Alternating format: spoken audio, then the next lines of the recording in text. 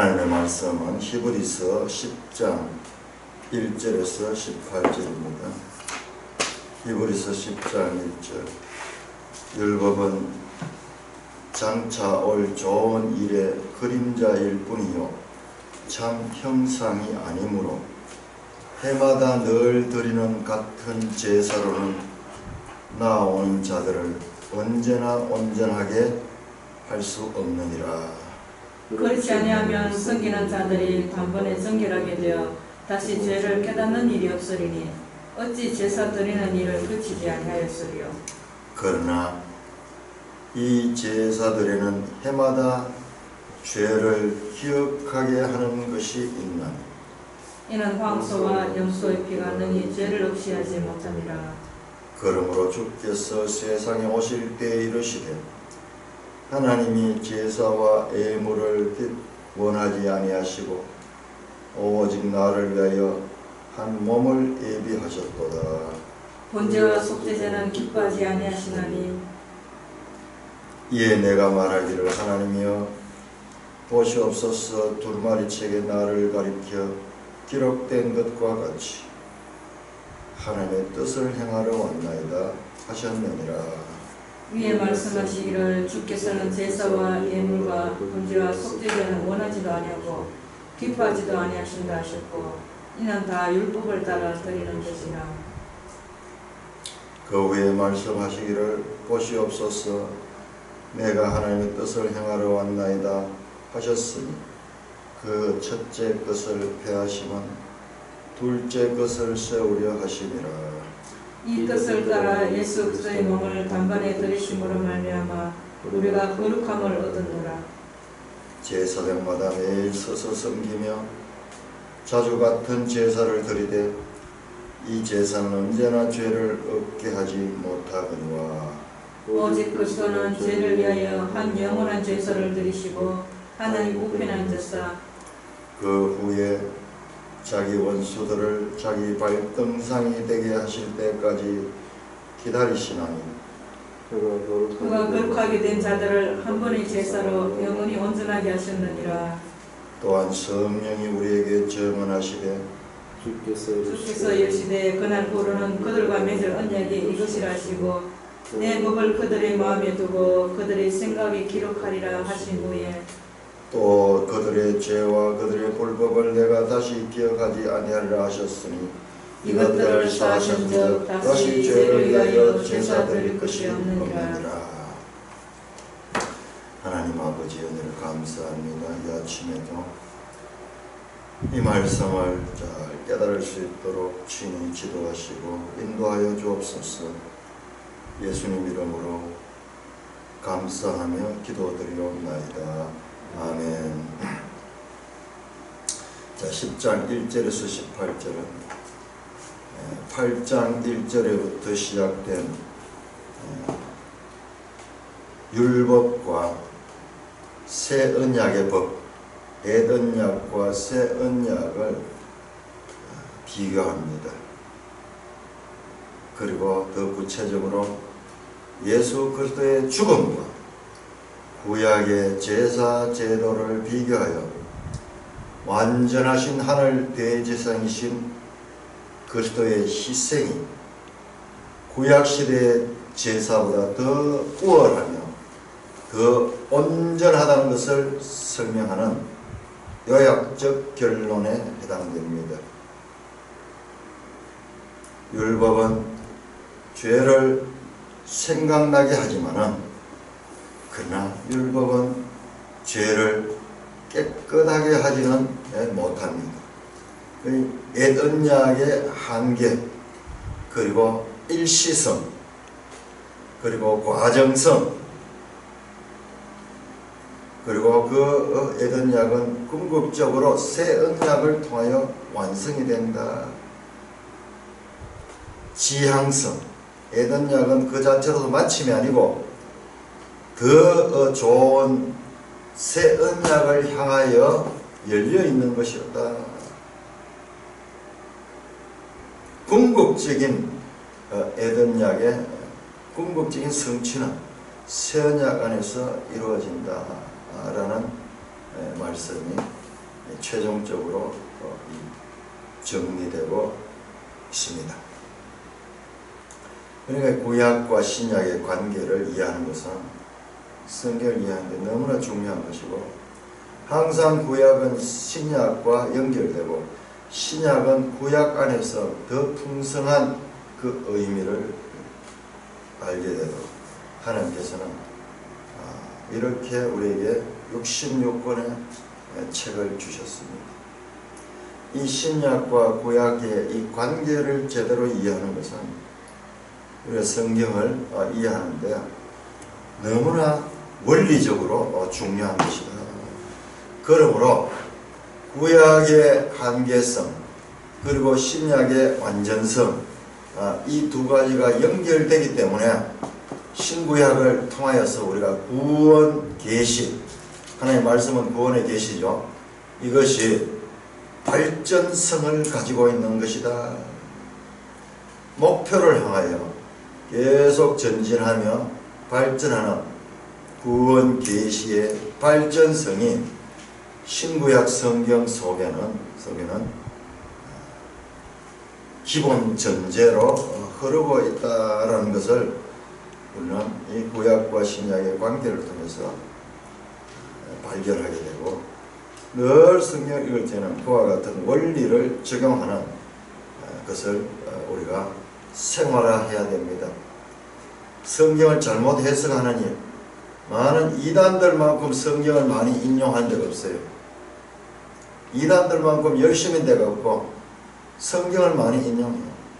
신천지도 그렇고 여기는 구원파도 그렇고, 저한테 지금 늘 지금 뭐가 우편물이 날아오는데 이게 좀 구원파에서 오는 게 아니고 신천지에서 오는 거예요.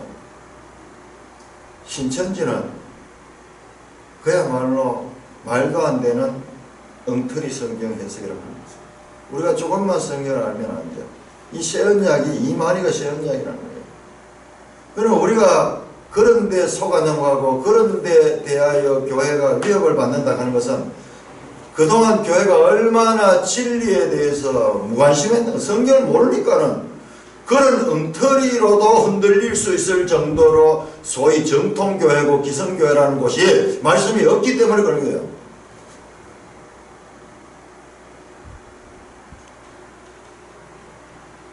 구원파의 공격에 대해서도, 구원파는 우리가 죄 사함을 받았다는 거기에 대해서 확신을 가지게 하고 그러는데, 거기에 대해서도 정확하게 대응하지 못해요. 오늘 내가 이 성경을 보니까는 우리 매일성의 해설에도 보니까 거기에 대해서 대응을 못하고 있어요. 거기에 대해 가지고는 이 해설도 지금 거기에 무관계 상태로 노출되어 있습니다. 이따가 한번 확인해 봅시다. 자, 최종적으로 다시 한번 결론을 냅니다. 율법은 장차 올 좋은 일의 그림자일 뿐이요.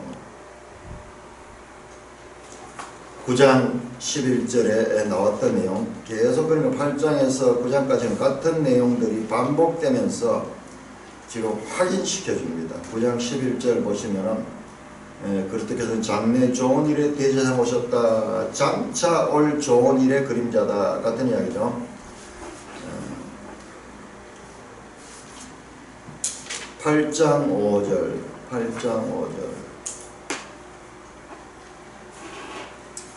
그들이 섬기는 것은 하늘에 있는 것의 모형과 그림자라.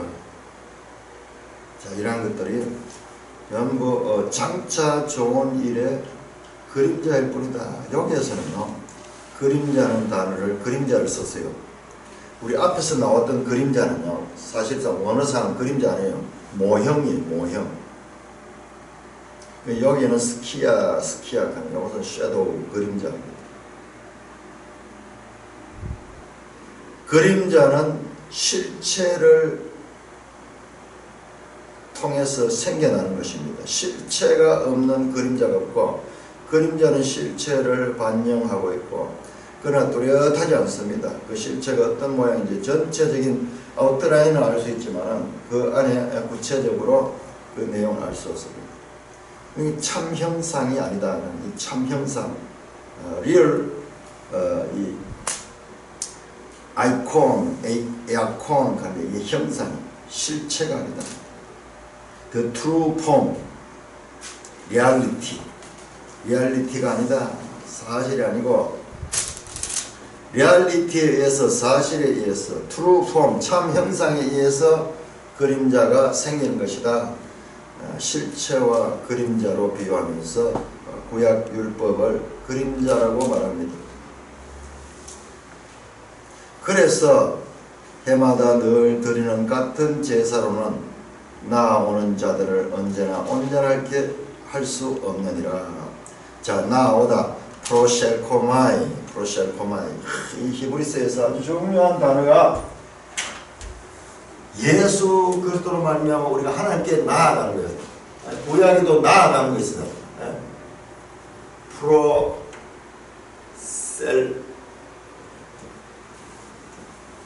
프로셀코마이, 나아가다. 구약에도 나아갔습니다. 하나님 앞에 나아갈 수 있었습니다. 그런데 그 나아감은 불완전했다 그런 겁니다. 언제나 늘 온전할 수 없었다. 늘 불완전했다.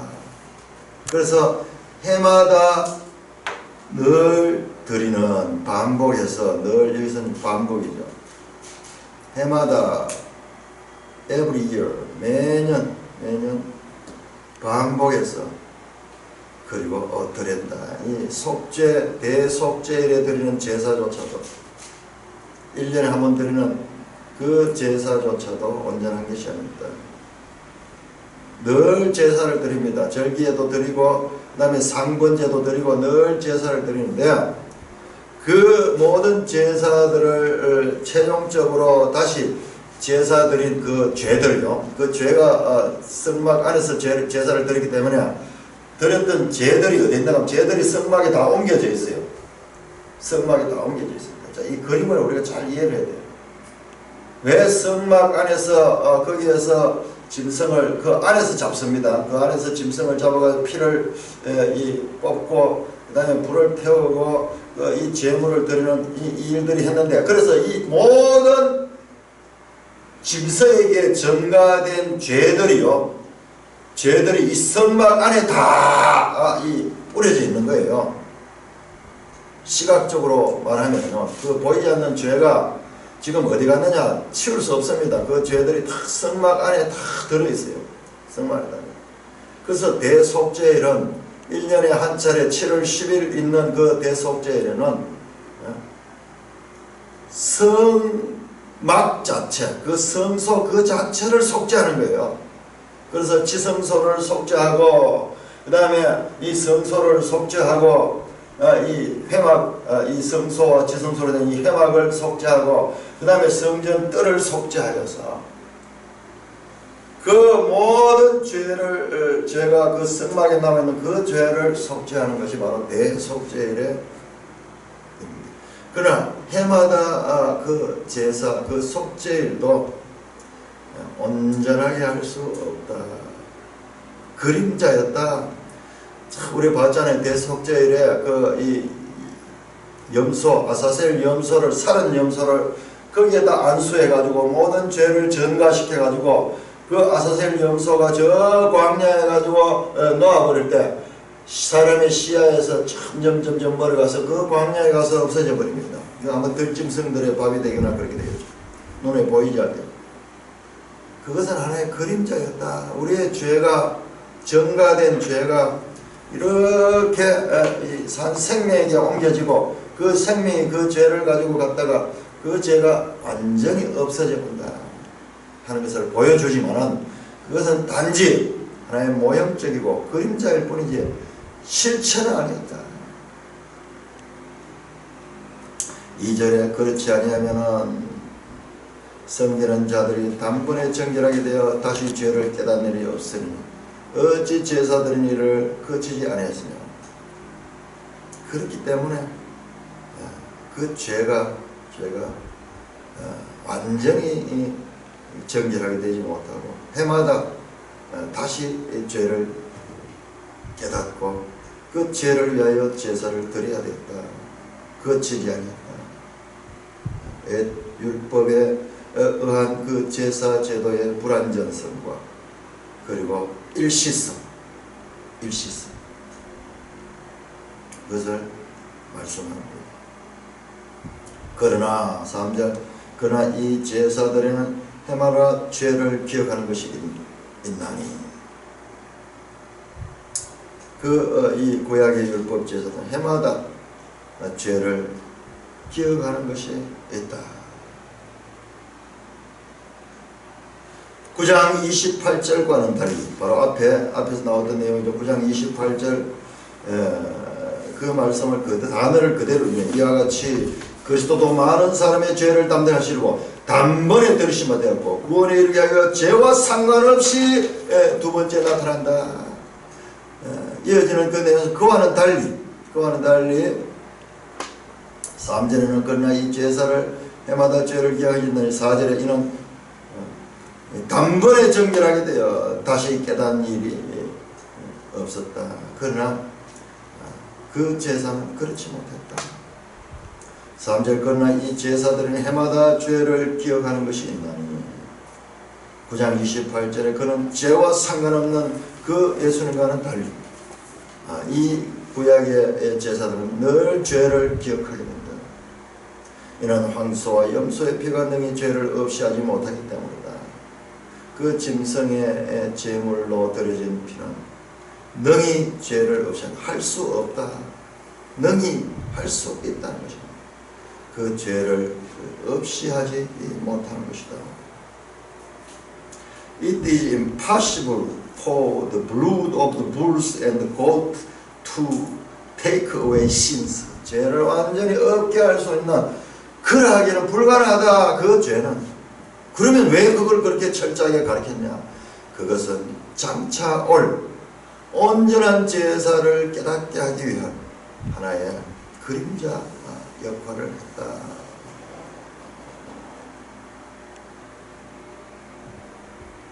죄 문제는 제사는 죄 문제를 처리한다. 자, 우리 이걸 항상 이 죄 문제를 처리하기 위해서 제사 제도가 있다.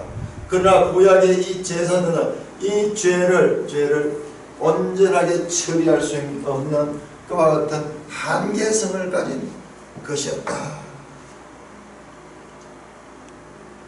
이는 그리스도의 피, 짐승의 피는 예수 그리스도의 피의 그림자 역할을 하는 그와 같은 것이었지 그 자체가 실효적인 것은 아니었다라는 것을 지금 말씀하며 다시 한번 에덴 약과 그러므로 오직 그리스도의 피가 아니고는 온전한 죄를 처리할 수 없음을 말씀하고 있습니다. 자, 5절에서 10절은 옛 제사장의 불완전함과 새 제사장의 옛 제사장이 불완전함으로 새 제사장이 있어야만 하는 요청, 당위성을 말씀합니다. 이 칸트라는 사람이요, 우리 철학사에서 아주 중요한 인물이 근대 철학의 칸트인데, 이 칸트 이전과 이후는요, 그 철학의 사상이 상당히 많이 바뀝니다. 그 칸트가 신존재 증명하는 것을 이야기를 하면서 뭘 이야기했냐 그러면 인간은 신의 존재를 알 수 없다는 그와 같은 결론. 왜냐? 인간의 이성, 그는 순수 이성 비판하는 책을 통해서 인간의 이성의 한계를 정확하게 지적해냈어요. 인간의 이성의 한계, 인간이 알 수 있는 것과 알 수 없는 것을 이제 구분하기 시작이 되는 거예요. 이성의 한계를 알게 되니까는 인간이 알 수 없는 걸 가지고 논쟁을 하고 알 수 없는 걸 가지고 이렇다 저렇다 하는 그 자체가 잘못된 것이라는 것을 정리한 거예요. 그래서 순수 이성 비판, 인간의 이성의 이 정확한 역할, 한계 이런 것을 가리킨 게 그것이 이 순수 이성 비판의 내용이야. 많은 경우 인간은 자기의 생각을 초월하는 이야기를 가지고 맞느니 틀리느니 그렇게 이야기하니까 그 자체가 잘못됐다는 것입니다. 그러니까 칸트 이후는 철학이 되게 정교해집니다. 그냥 구름 잡는 이야기 아니고 되게 이 구체적인 그와 같은 이야기로 축소되기 시작해요. 그러면서 그러면 신은 존재하느냐 안 하느냐 알 수 없다는 결론을 내었어요. 왜? 유한한 자가 무한한 것을 인식할 수 없기 때문에 그런 거예요. 어거스틴의 비유에 하면 마치 어린아이가 바닷물을 자기가 가지고 있는 이 그릇에다가 바닷물을 다 퍼담으려고 하는 것처럼 그것은 인간이 어리석은 짓이다. 그렇게 이야기합니다. 그렇지만은 칸트는 이런 말을 했어요. 하늘에 저 별이 있고 우리 이성으로 이해할 수 없는 저 하늘의 별들이 반짝이고 있고 그 다음에 내 가슴 속에 내 마음 속에 양심이라는 도덕률이 있어요. 이거는 배운 것도 아니고 뭔가 이게 우리 인네이트 속에 들어있는데 이건 내가 의식하든지 안 하든지 이 자체가 작동해버리는 자율적으로 작동하는 거예요. 저 하늘의 별이 반짝이는 것과 내 속에 이 도덕률 양심이 있는 이것을 볼 적에 신의 존재는 있다 없다가 아니고 요청된다는 말이에요. 요청된다. 유명한 말입니다. 우리가 있다 없다 알 수는 없지만 반드시 있어야만 할 것으로 생각된다는 거거든요. 지금 이 말씀도 보고요. 주께서 이 에덴약의 이 불완전성은 새 언약의 당위성을 요청하는 그와 같은 말씀으로 주어집니다. 그러므로 주께서 세상에 오실 때에 이르시되 하나님이 제사와 예물을 원하지 아니하시고 오직 나를 위하여 한 몸을 예비하셨도다. 자, 시편 40편입니다. 시편 40편을 인용했습니다.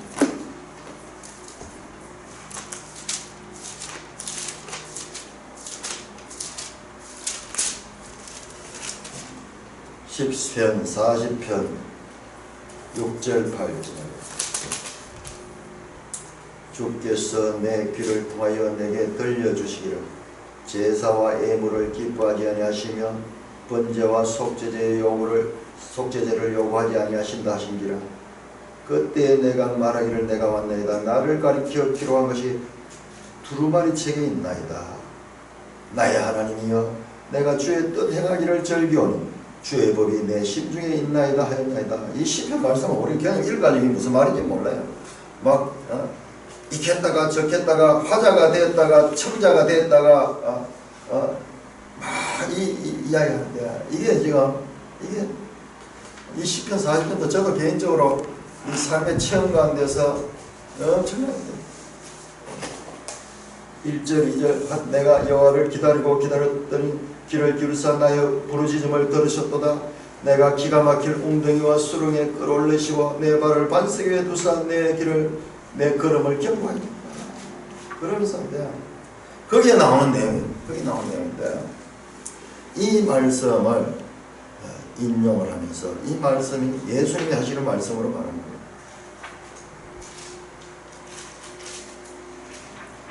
주께서 세상에 임하실 때 이르시되, 여기 세상에 임하시면 초림입니다. 초림.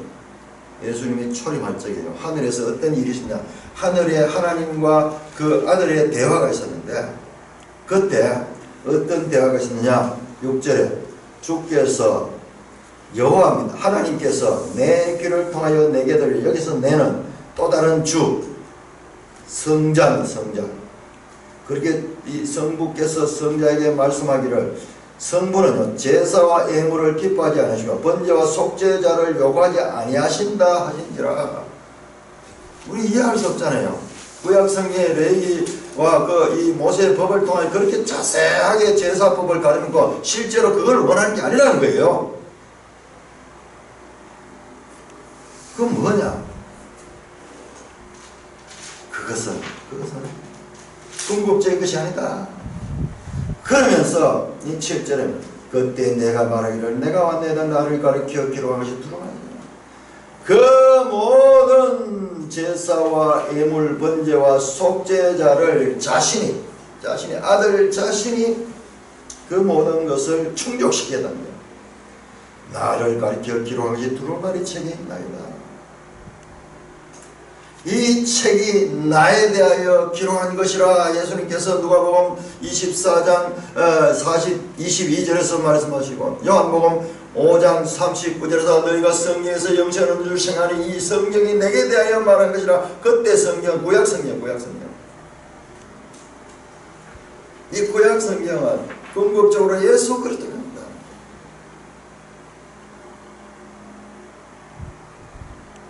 번제와 속죄제는 기뻐하시느니 내가 말하기를 하나님이여 보시옵소서 두루마리 치기 나를 기록하지 내가 하나님의 뜻을 행하려 왔나이다. 그런데 우리가 이 본문에 한 절 더 보니까는 나의 하나님이여 내가 주의 뜻 행하기를 즐겨오니 주의 법이 내 심중에 있나이다 하였나이다. 내가 많은 회중 가운데 의의 기쁜 소식을 전하였나이다. 여호와여 내가 내 입술을 닫지 아니할 줄을 아시나이다. 이 구약에 이미 아들이 이 하나님의 구원 역사의 이 완성을 위해서 자원해서 아들이 제물이 되시겠다고 자원해서 그렇게 오시는 말씀입니다. 내가 이 기록된 같이 하나님의 뜻을 행하러 왔나이다 여기 되는데 우리 시편을 보니까 내가 주의 뜻 행하기를 즐겨오니 주의 법이 항상 내 손입니다. 이 아들은 항상 주의 법에 순종하는 그 자체가 그의 이 하나의 본성적인 그와 같은 것입니다. 우리가 이 땅에서요 삼위일체 하나님의 대화를 들을 수 있는 거예요. 인간의 언어로 표현된 그와 같은 것이 나옵니다. 그 아들과 아버지의 관계에서 이와 같이 흐르는 일체가 아버지의 뜻이 곧 아들이 순종하고 그 아들의 순종을 아버지께서 기뻐하시는 삼위 하나님께서 혼연일체가 돼서 하나님의 뜻을 이루어가는 이것이 하늘의 관계입니다. 하늘의 관계. 하늘 아버지의 관계는 이와 같은 서로 소통하고 서로 사랑하고 서로 소통되는 그와 같은 관계입니다. 한 몸을 예배했다. 그 몸이 바로 예수 그리스도입니다. 자, 우리 빌립보서 2장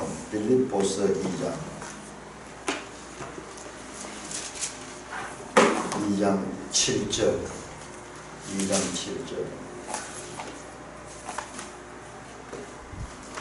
사도 바울이 이것을 정확하게 해석해냅니다. 빌립보서 2장 7절 시작. 오히려 자기를 비워 종의 형체를 가지사 사람들과 같이 계셨고 사람의 모양으로 나타나사 자기를 낮추시고 죽기까지 복종하시니 곧 십자가에 죽으심이라. 구약에 흐릿하게 제시된 그 신약에 와서 정확하게 지금 이제 드러납니다. 구약은 신약을 기다리고 있습니다. 나중에 그 11장 끝에 가면은 또 그런 내용을. 그래서 이 히브리서의 이 주제 가운데 하나가 구약과 신약의 연속성입니다. 구약과 신약의 연속성과 차이성. 그 차이성은 신약이 더 나타나는 거예요. 더 우월한 거다. 바로 그 결론이 그거예요.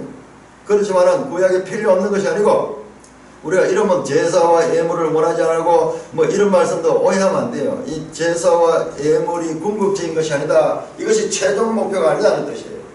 그 한 몸이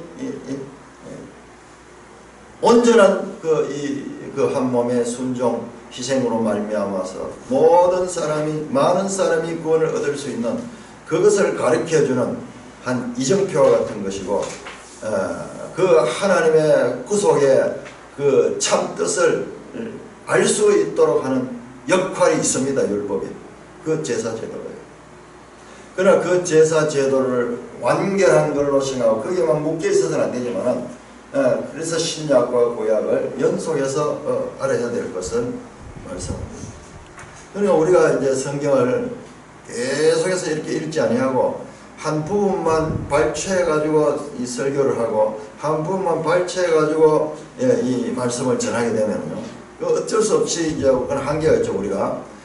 그러나 연속적인 이걸 놓쳐버리고 그렇게 하게 되면은 그것은 성경을 잘못 해석할 수 있는 그런 여지가 많이 있는 거죠. 성경 스토리 자체가 창세기부터 저 계시록까지 발전적으로 연결되고 있습니다. 항상 그런 관점에서 소위 동사예요. 동사. 계속 움직이는 거예요. 정지된 게 아닙니다. 동사를 그냥 정지된 것으로 해석할 적에 바르게 해석해도 틀리는 거예요. 이것이 이 자체가 과정이라고 하는 것을 놓쳐버리기 때문에 그렇죠. 아들이 이렇게 즐겁게 하나님의 뜻을 행하러 왔나이다.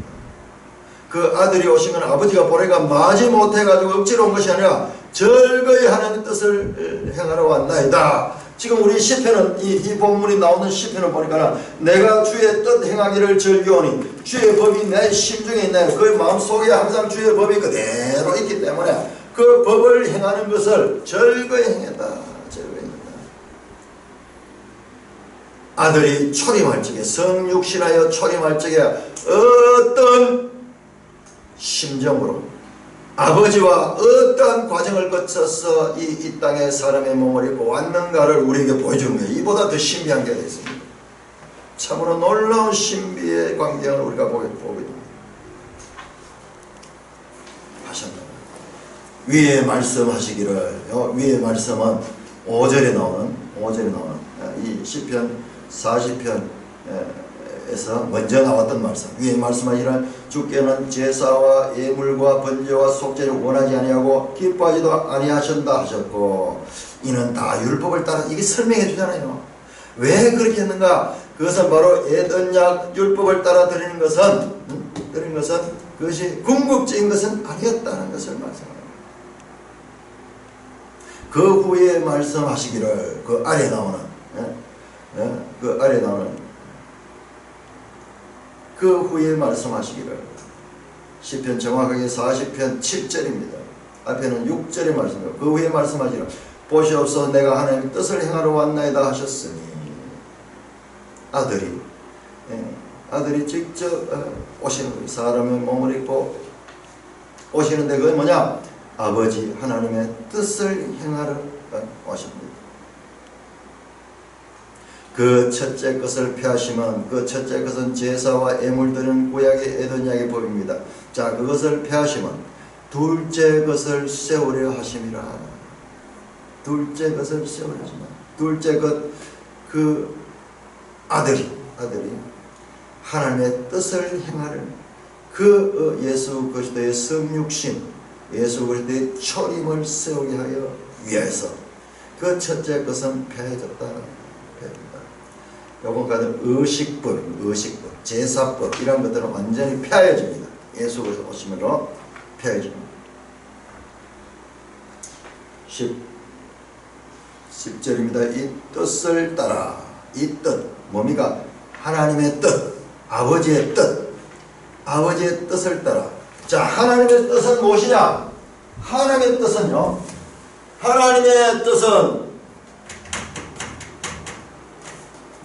하나님의 일을 통해서 나타나는데, 이게 초지일관 인류구원입니다. 인류구원. 그래서 하나님의 큰일.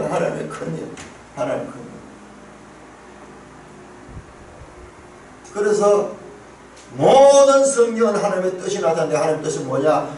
하나님께서 그 죄로 말미암아 잃어버린 그 인류를, 이 사실은 하나님의 자식들이잖아요. 하나님 만드신, 하나님께서 만드신 그들을 구원하는 그 일. 그러니까 아들의 행위는요, 모든 것이 여기에 집중되어 있어요. 하나님의 뜻을 행하러 왔나이다. 이 뜻을 따라 예수 그리스도의 몸을 단번에 들이심으로 말미암아 우리가 거룩함을 얻었노라. 이렇게 논리적이고 반복적이고 자세하게 설명하고 있습니다. 정확하게 히브리서보다도 이해가 명확하게 되는 책이 없어요.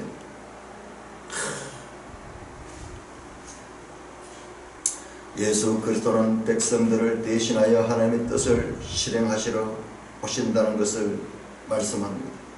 인류가 멸망하게 된 원인은 하나님의 뜻을 거역한 까닭이었습니다. 이게 바로 첫사람 아담입니다.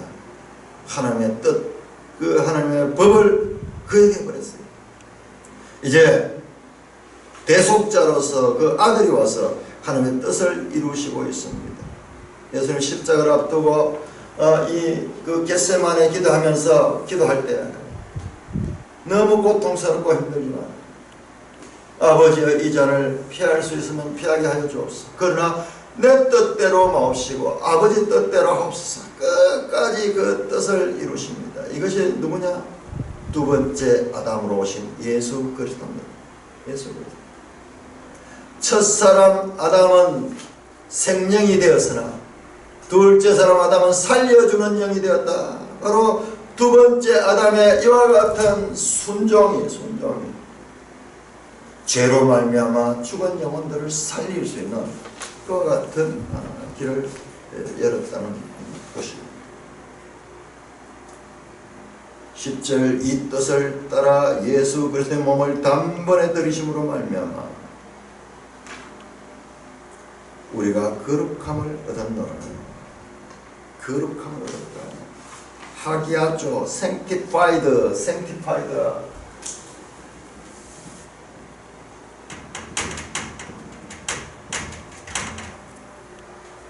거룩하다. 성화하다. sanctify 하면 성화. 칭의 하면은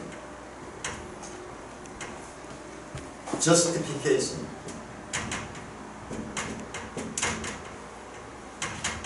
의롭다 하다. 칭의한 자는 어떻게 되나? sanctified, 거룩함을 입습니다.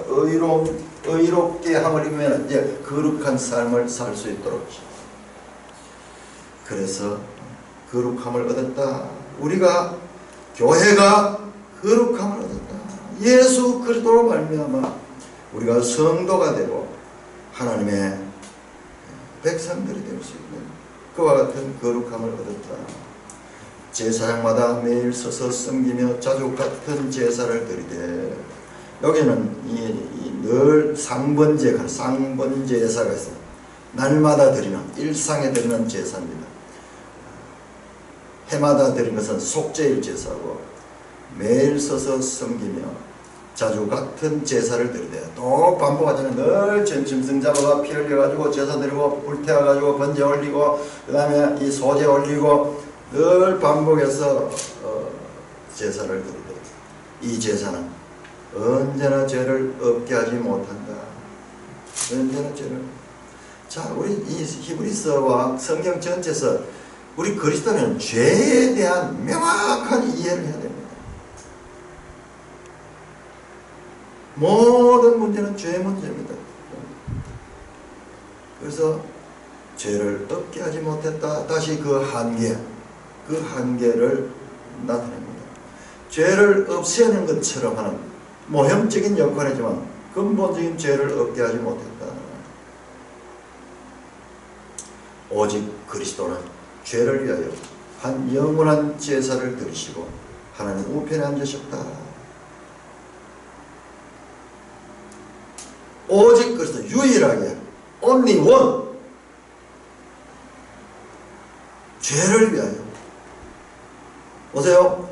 제사를 드리는 게 뭐야? 죄를 위한 제사입니다. 죄를 위한 제사. 죄를 위하여. 그 제사는 어떤 제사냐? 한 제사고 영원한 제사입니다. 단번에 드려지는, 한 번에 드려지는 그 제사는 상번제처럼 매일 드린 제사는 영원한 제사다. 영원한 제사다. 그 제사는 죄를 없이 하는 그와 같은 제사다. 자, 예수 그리스도의 영원한 제사를 알라 그러면은 그 11절에 나오는 구약의 제사를 알아야 돼요. 구약의 제사를 통해서 예수 그리스도 제자 과정은 더 우월하고 더 궁극적이고 더 온전함을 알 수가 있는 거예요. 그 제사와 대조합니다. 죄를 위하여 한 영원한 제사를 드리시고 하나님 우편에 앉으셨다. 그 제사는 매일 서서 섬겨야 되지만 이 제사는 그 제사를 다 마치시고 하나님 우편에 앉으셨다. 우편에 앉는다 하는 말 자체는요, 이 자체가 통치 개념이 있습니다. 통치 개념. 우리 구약 성경 잘 보면은 보좌에 앉았다 하면요, 하면 이제 통치를 하신다는 그와 같은 의미가 있어요. 성문에 앉아서 그러면요, 성문에서 재판할 때 그 표현을 써요. 그 표현을 써요.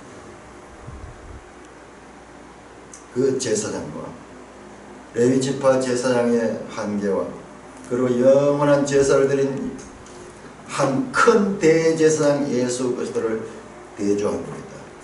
자, 히브리서는 우리의 시야를 어디로 가져가느냐?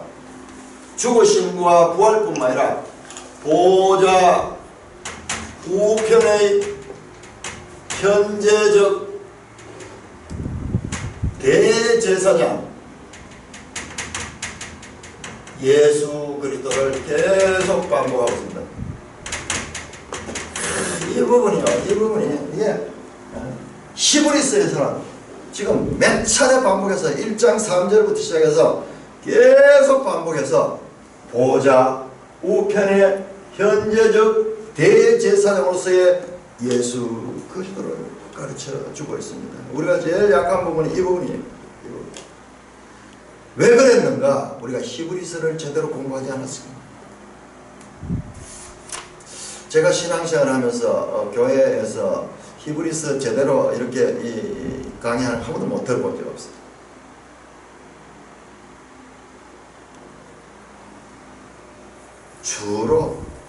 주로 어떤 이야기를 합니까?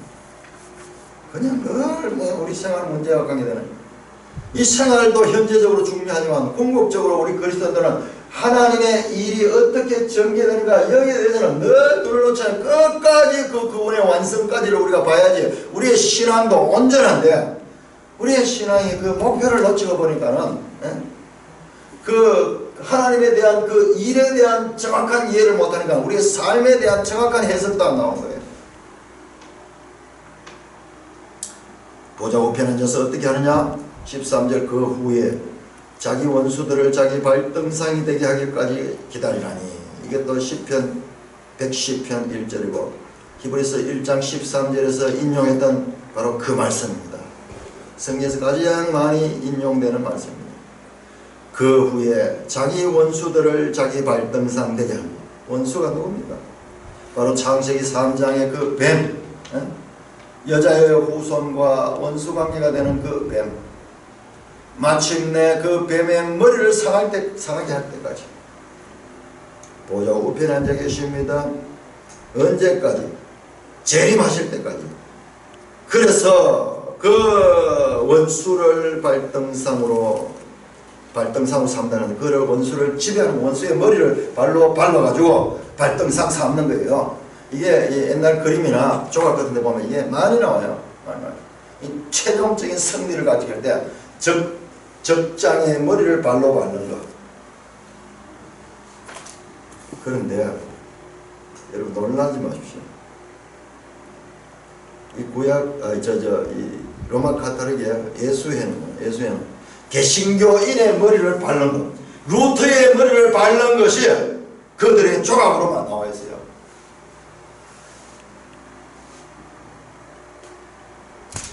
그런 조각상들을 이 성경을 통해서 보면 그게 보던 거예요.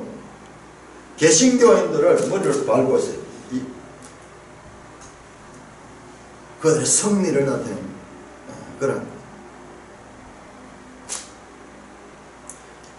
그가 거룩해야 된 자는 한 번의 제사로 영원히 온전케 하시나. 예수님의 재림에 대한 예언이 13절에 나오고 14절은 다시 한번 예수님께서 거룩하게 된 자들, sanctified, 한 번의 제사로 영원히 온전하게 하셨느니라. 과거입니다. 과거. 이미 십자가에서 이루신 그와 같은 구속의 완성입니다.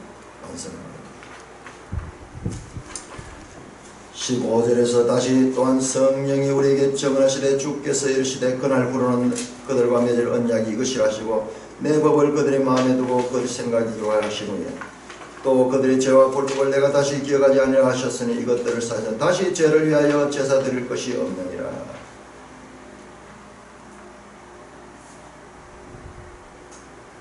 다시 죄를 위하여 제사 드릴 것.